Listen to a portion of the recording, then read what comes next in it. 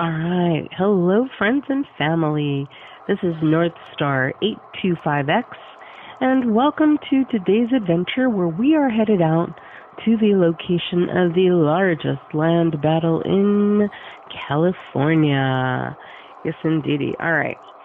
So, I am headed on Norwalk Boulevard toward Washington-ish. There's a couple little twists and turns I gotta make before I get out there. Now, I'm having to voice over this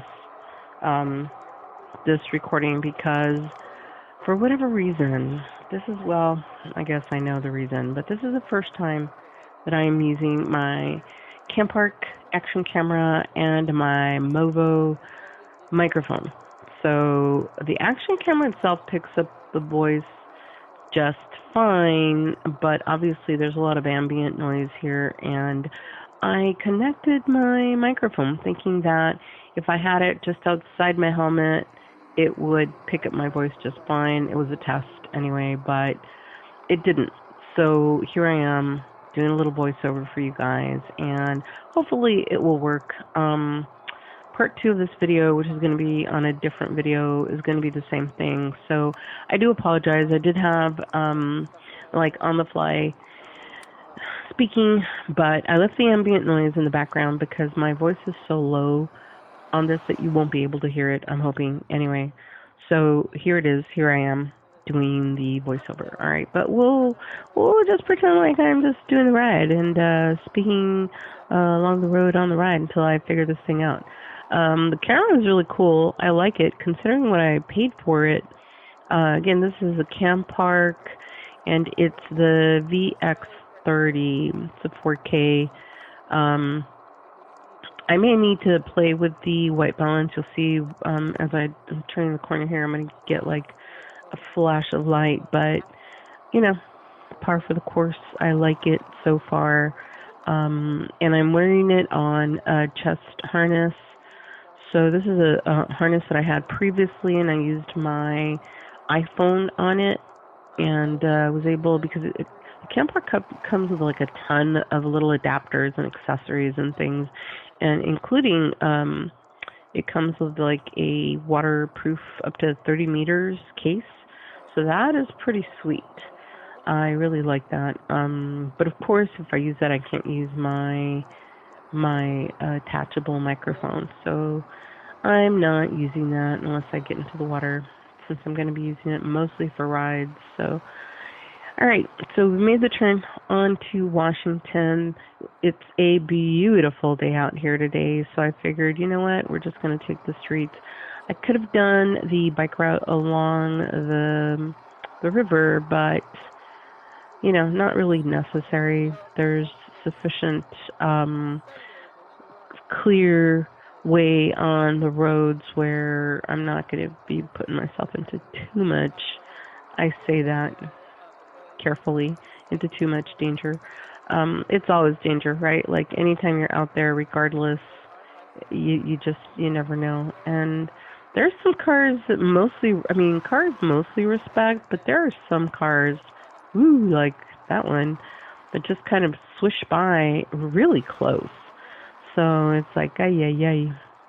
So we just passed the San Gabriel River, and we are headed over into Pico Rivera. Actually, we're in Pico Rivera at this moment, and next stop will be in Montebello. Pico Rivera, to ride through it, is not very long, so we should be in Montebello just shortly. All right, the roads are super tore up after the rain. There are a lot of potholes. I'm not digging that at all.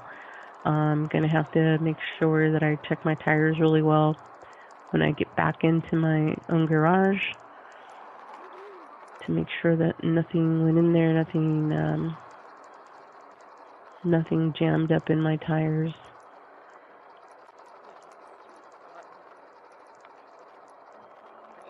Alright, coming to a stop sign here. I do like it when cars use their signals. Hallelujah, praise the Lord. Of course, there are those cars that do not use their signals, and we've got some words for them, don't we? I used to work for a non-prof that was like a company that would green, like we would buy a property and then turn it into pocket parks. And as part of that, I used to be like an outreach coordinator at that time for them. And part of that was actually meeting up with the Bicycle Coalition in LA. So there was a lot of really cool people that I met through that. And but I would always, because I didn't ride a bicycle back then, and so I would always voice my pet peeves about bicyclists, and so now that I ride, I understand a lot more where they're coming from, but I also am doubly kind of in a quandary about why a lot of them don't follow like standard, just what things that make common sense to follow. Like I see some bicycle riders riding on the street in the opposite direction. And I'm like, what? How is that smart? I don't get it, but especially like if I'm in a car and I'm not thinking I gotta look to the right because there's gonna be something coming at me, 20 miles an hour. I'm looking to the left, unless you're like in Australia or some country where you gotta look to the right. But no, we're in America. I look to the left. All right, we are deep in Pico Rivera right now, getting to Rosemead Boulevard. I do try to be as safe as possible when I'm riding. I am geared up. I've got my helmet, I've got my gloves, my jacket. I don't have boots on. I have just kind of like van style shoes on today. When I ride my Harley, I never would even think of wearing that. I should probably find a good shoe to wear when I'm riding my Super73. It's just such a pain in the butt to put on the boots. But really, really, I mean, they're going to protect you. I apologize that I'm dipping down here. I don't know. I must be like hunching or pushing myself forward or something as I'm going along. And I don't know why I did not put it on mode 4. I just left it in mode 2 today. But, I mean, as you can see, there's not a lot of traffic, so it's a bit forgiving.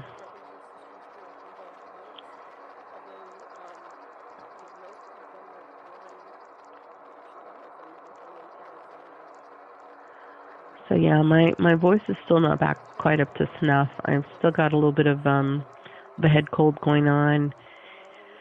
I mean, I do and I don't. Like, I feel fine now, but I still sound a bit nasally, so I apologize for that.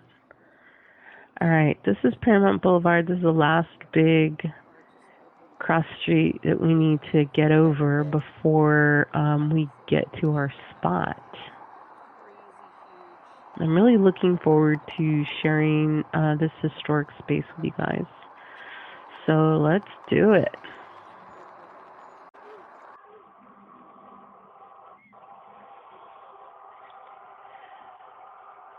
All right, we're almost there. We are now getting to the overpass for the Rio Hondo River. And I just, I said Rio Hondo River, but really it's just the Rio Hondo because river is Rio and Hondo actually means deep. So we are crossing right now the Deep River. And this is a spot that I actually want to show you guys. So up here at the light, this is Bluff Road. So this little spot is on the corner of Bluff and Washington in Montebello. I used to live on Bluff. It's a cool little street, and it's really cool to live right over the river. Have a little view, but it's pretty amazing all the history that surrounds when you just kind of open your eyes and take a look. So we'll be hitting some of those spots. Part 2 of this video, like I said, is going to be another spot basically around the corner and down the street. and it's a pretty significant landmark. So here we are.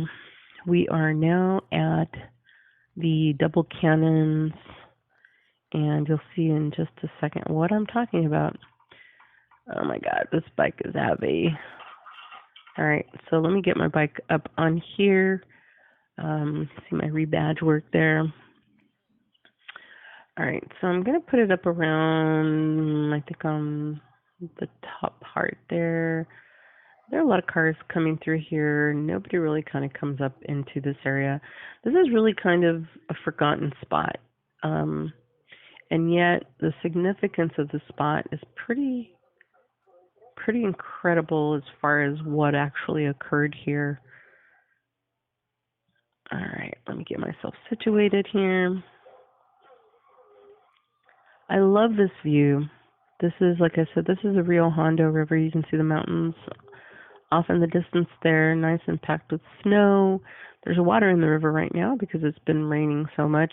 These rivers get pretty full up when it rains, and it's pretty awesome. There's also a bunch of trash down here you're going to see in just a second. You can see it already, but let me mess with my camera here a little bit, trying to figure out the best angle to show you guys. It's still connected to my chest mount. So, yep, sorry, you can hear me in the background there, but hopefully you can hear this voiceover way better than anything that's on that tiny sound in the background of my voice. So, all right, so this spot is a landmark. It's an historic landmark. There was one of two of the Mexican-American battles fought right here. This spot is the place where, I guess it's the largest battle fought between people in California. There were hundreds of cannonballs found right at this spot, which is why they decided to place the landmark here. And there's also quicksand down there, so for sure, don't just go wading through there. So there's a ton of stuff, grape shots that were found here also. As you can see, I'm pointing around, but the reason I'm pointing around is because Whittier Boulevard was down that way that I was pointing, and Washington is the street that we turned on. So they think it was near here. They're not 100% sure it was right at this spot, but between Washington and Whittier Boulevard, it's not like it's such a huge area, you know, that it really makes that much of a distinction. But they put the landmark here to commemorate that war. And yeah, there were just, like I said, there were hundreds of cannonballs that were found there. The war was between American troops and the Californios. The Californios were the people that lived in the area. There was martial law that was set in place by the troops, and the Californios had like an ambush waiting for some of the troops that were coming up from San Diego to Los Angeles. And as they were crossing through here, that is when the Californios decided to attack them. Of course, they lost because the troops had cannons and such. And I'm not really sure the extent of what type of weapons that the Californios were using. To be perfectly honest, I don't know that piece of it, but so this spot here is commemorating that particular battle. And like I said, it was the largest land battle. There were about 500 troops, like I said, and then 600 Californios. I think I said that already, but whatever, it's worth repeating. So it's a beautiful spot to come to, but just the history here, to imagine, you know, people that were fighting here, people that have died here, it's pretty crazy. Now, I particularly love living out in the San Gabriel area. it is for me a lot more relaxing than living out on the west side. I've worked a lot out like in Santa Monica, those areas, but even working there is a little stressful for me. I really kind of like the the more relaxed tone of the east side. I grew up in Boyle Heights, so there's a ton of history too that we'll explore. Um, East LA, stomping grounds. I don't know a lot of history, like historical landmarks in East LA, but I'll have to look that up. I know Boyle Heights does have a lot. As part of the historical. Well, I used to work with the historical society every now and again, so that was a lot of fun. But this place is just kind of magical for me because it's so close and it just has so much to offer. So anyway, that was a little quick detour there of that spot. The next spot I'm going to hit up is the Pio Pico Mansion. And so go check out that video. I'm going to post it up probably around the same time that I'm posting this. That one's going to be voiced over too, so I apologize for that. But it is what it is for the time being, and I will get my whole situation figured out with the microphone. But in the meantime, I love this camera. I mean, for the price and for what I'm trying to do right now, it is just perfect. And I'm sure there's some settings that I can play with a little bit to bring down the white maybe a little. But actually, look at that. It's really beautiful. It's really quite beautiful.